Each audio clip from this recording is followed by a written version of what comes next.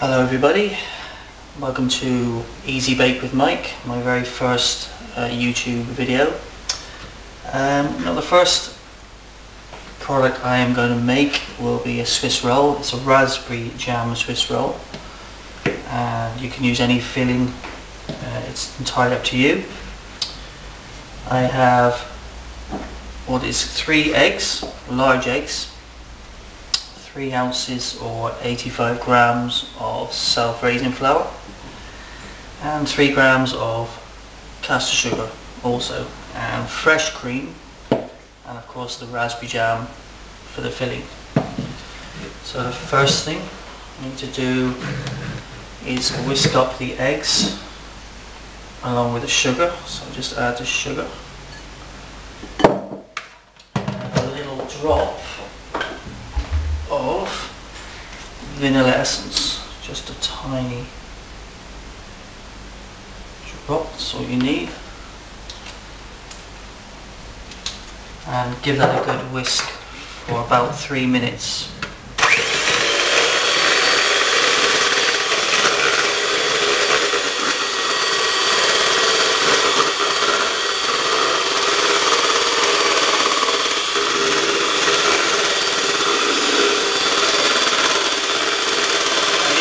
Until it's very thick and creamy.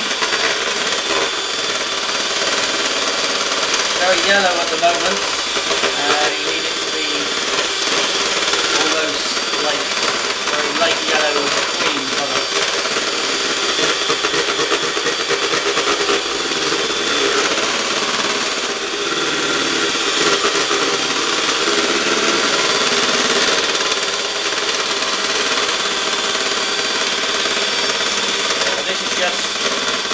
Creating a lot of air bubbles into the mixture. Obviously gives it a light texture.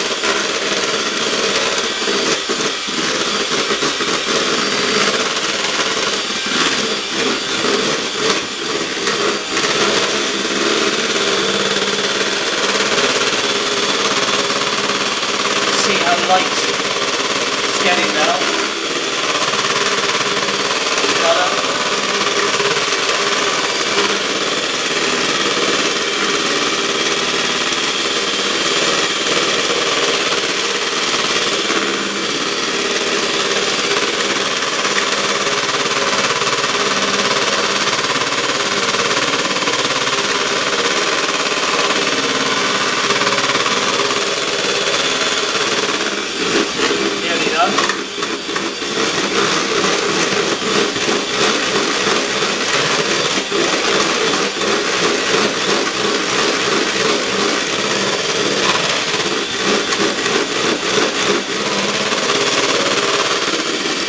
How much volume that is created.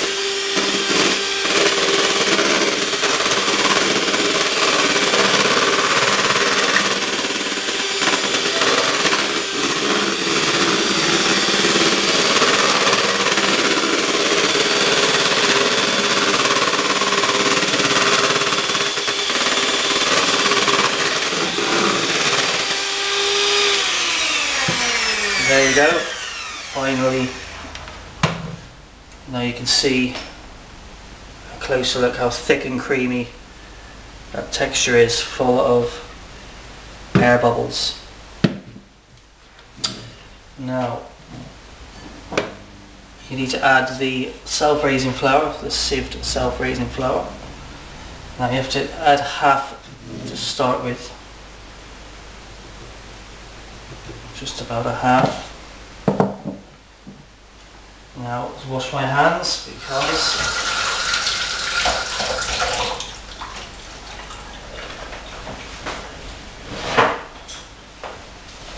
you'll need to fold in the flour very, very carefully with your fingertips is the best tool I find, rather than a spoon, because if you're using a spoon or a wooden spatula, you're just knocking all the air out of the mixture. So you want it to be as light as possible, and you have to get your hands right in there and literally sprinkle and fold that in. Just let it drip between each turn like that. Messy, you probably think, but it's the best way to make the best Swiss roll. You can squeeze it off your hands as well in the process.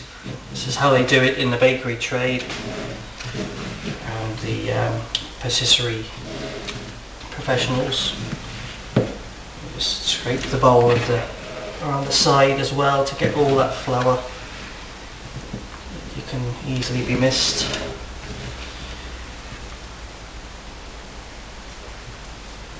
And then add the rest of the flour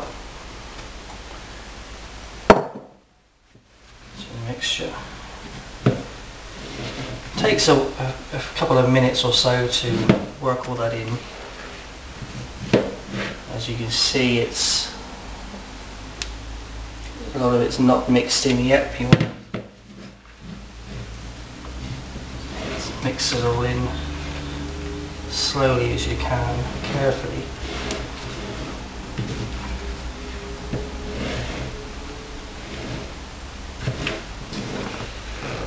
Still nicely very aerated. I have a few parts of flour that's not quite mixed, as you can see there. You want to just shake it around.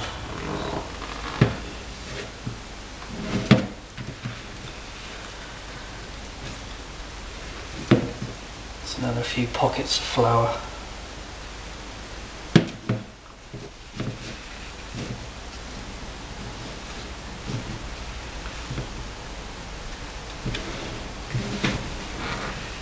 Make sure you're scraping the side of the bowl as well as you're folding.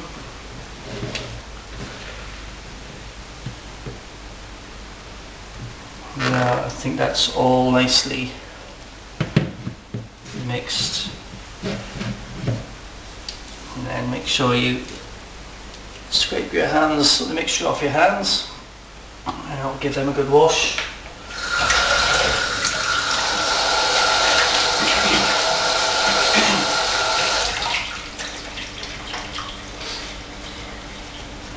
Okay.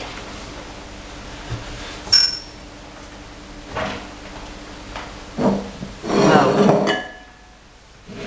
grease and line a tray like this. So make sure you grease the tray first, then lay on the greaseproof paper, then grease again the greaseproof paper. Else you find you're going to be in trouble when after it's baked and you take it out of the tin. Now what you do,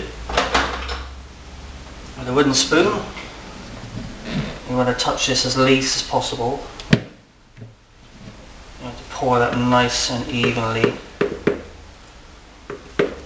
in the tin as much as you can without spilling on the edges. So just pour that in nice and even.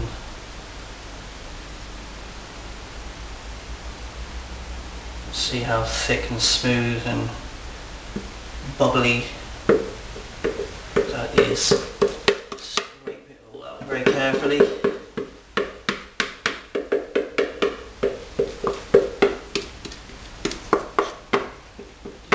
it even as possible to start with.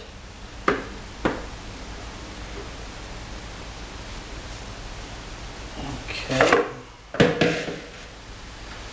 Now this is the other trick. Now to spread, you don't need a knife or anything like that, you just tilt the mixture into the corners and the edges. Just tease it in the corners and the edges of the tray. So you can see it's self-leveling. Get in this corner here, which I missed. Let it dribble into that corner there. So we're getting pretty much even now. That's quite even as I can do now. And then just give it a little shake, left and right, up and down, like this, just to level it off a little bit more, so it's even.